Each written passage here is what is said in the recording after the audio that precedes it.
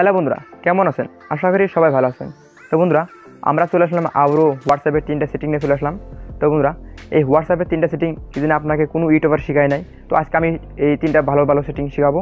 তো বেশি কথা না বলে এই 3টা সেটিংয়ের বিষয়ে আমরা জেনে নিই। চলুন আজকের ভিডিও শুরু করা যায়। তো বন্ধুরা, সেটিং নাম্বার 1টা হলো আপনার হোয়াটসঅ্যাপ যখন স্ট্যাটাস আসে, যখন আমার ক্ষেত্রে বলছি, আমি যদি আমার ক্ষেত্রে বলছি, ঠিক আছে, আমি যদি আমার বন্ধুর যদি হোয়াটসঅ্যাপ স্ট্যাটাস যদি চেক করি এরকম করে, তাহলে কিন্তু আমার বন্ধু কিন্তু বুঝতে পারবে যে মোবারক ভাই আমার হোয়াটসঅ্যাপের স্ট্যাটাস কিন্তু দেখতে পেরেছে। তো সেই ক্ষেত্রে যদি আমি বলি হবে না, এটা হবে না, এটাও হবে না, ঠিক আছে।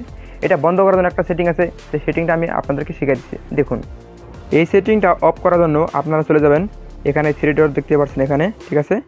এখানে 3 ডটে এখানে ক্লিক করবেন। তারপরে এখানে 3 ডটে ক্লিক করার সঙ্গে সঙ্গে এখানে সেটিংয়ে ক্লিক করবেন। তো সেটিংয়ে ক্লিক করার সঙ্গে সঙ্গে অ্যাকাউন্টে ক্লিক করবেন, ঠিক আছে।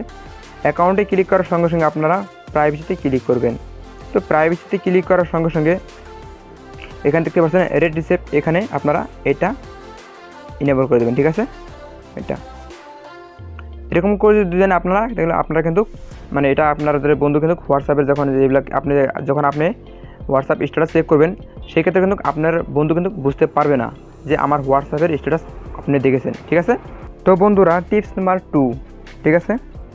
তো টিপস নাম্বার 2, আপনারা যদি আপনাদের বন্ধুকে যদি হোয়াটসঅ্যাপে যদি SMS করতে থাকেন, তাহলে কিংবা মেসেজ যদি ফরওয়ার্ড করতে থাকেন, তাহলে 5 জনকে এই মেসেজটা ফরওয়ার্ড করতে পারবেন। তো সেক্ষেত্রে যদি আপনি যদি বলেন আমি আরও এই মেসেজটা ফরওয়ার্ড করতে চাই, তো সেক্ষেত্রে কিন্তু সেটিংটা শিখে নিতে পারেন। তো কোন সেই সেটিং আমরা দেখে নিই, ঠিক আছে। প্রথমে আপনারা হোয়াটসঅ্যাপ ওপেন করবেন। হোয়াটসঅ্যাপ ওপেন করার সঙ্গে সঙ্গে এখানে দেখতে পাচ্ছেন 3 ডটে ক্লিক করার সঙ্গে সঙ্গে এখানে দেখতে পাচ্ছেন সেকেন্ড নাম্বারটা নিউ ব্রকেটস, ঠিক আছে। নিউ ব্রকেটসে ক্লিক করার সঙ্গে সঙ্গে আপনি কাকে আপনার মেসেজটা ফরওয়ার্ড করতে চান এটাকে, ঠিক আছে, আপনার কন্ট্যাক্ট নাম্বারটা সেভ করে দেবেন, ঠিক আছে, টিকমার্ক লাগিয়ে দেবেন। তো এরকম দেওয়ার সঙ্গে সঙ্গে এখানে দেখতে পাচ্ছেন টিকমার্ক, এখানে টিকমার্কে ক্লিক করে দেবেন।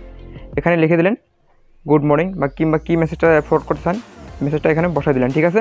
তো সেক্ষেত্রে এখানে টিকমার্ক করে দেবেন, সেই মেসেজটা কিন্তু হয়ে যাবে, ঠিক আছে। তো আপনারা সেক্ষেত্রে কিন্তু ভাবতে পারেন এটা কিন্তু গ্রুপ হয়ে গেল, গ্রুপ হবে না, ঠিক আছে।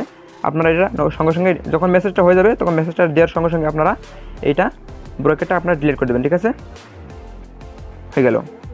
তো বন্ধুরা, টিপস নাম্বার এবার 3 বলবো, লাস্টেটা বলবো, ঠিক আছে। অনেক ভালো এটা, ঠিক আছে। দেখে নেন 3 নম্বরটা টিপসটা। আপনারা যখন আপনাদের বন্ধুকে যখন একটা ফটো সেন্ড করেন, ঠিক আছে, কিংবা একটা স্কুলের সার্টিফিকেট কিংবা DSLR ফটো, তো সেই ক্ষেত্রে আপনারা কিন্তু সঙ্গে সঙ্গে কী করেন, আপনারা এরকমভাবে ফটোটা সিলেক্ট করে দেন, ঠিক আছে। এরকম গ্যালারিতে যাওয়ার সঙ্গে সঙ্গে আপনারা কিন্তু এইভাবে সেন্ড করে দেন। তো সেক্ষেত্রে আপনারা এটা করবেন না, এটা ভুল, ঠিক আছে। এটা যখন যখন আপনার বন্ধু ভাবে এই ফটোটা যখন দেখবে, ওপেন করবে, ফটো কোয়ালিটি যখন জুম করবে অনেক কিন্তু ফাটবে, ঠিক আছে, অনেক খারাপ দেখা যাবে। তো সেই ক্ষেত্রে আপনারা যদি বলি যে আমি যদি বলি, এখানে দেখতে পাচ্ছেন একটা সেটিং ডকুমেন্ট, ঠিক আছে। ডকুমেন্টে ক্লিক করবেন। ডকুমেন্টে ক্লিক করার সঙ্গে সঙ্গে, ঠিক আছে, যেটা আপনাদের স্কুলে সার্টিফিকেট যেটা DSLR যেটা ফটো তুলেছেন, সেটা ক্লিক করে দেবেন। ক্লিক করার দেওয়ার সঙ্গে সঙ্গে এখানে আপনারা করবেন দেন সেন্ড। তো সেন্ড করার সঙ্গে সঙ্গে এখানে যখন আপনার বন্ধু পাবে, তখন ওই আপনার বন্ধুর যখন এটা পাওয়ার সঙ্গে সঙ্গে দেখবেন যেরকমভাবে আপনার ফটোটা ক্যাপচার করেছেন সেরকমভাবে পাবে, ঠিক আছে।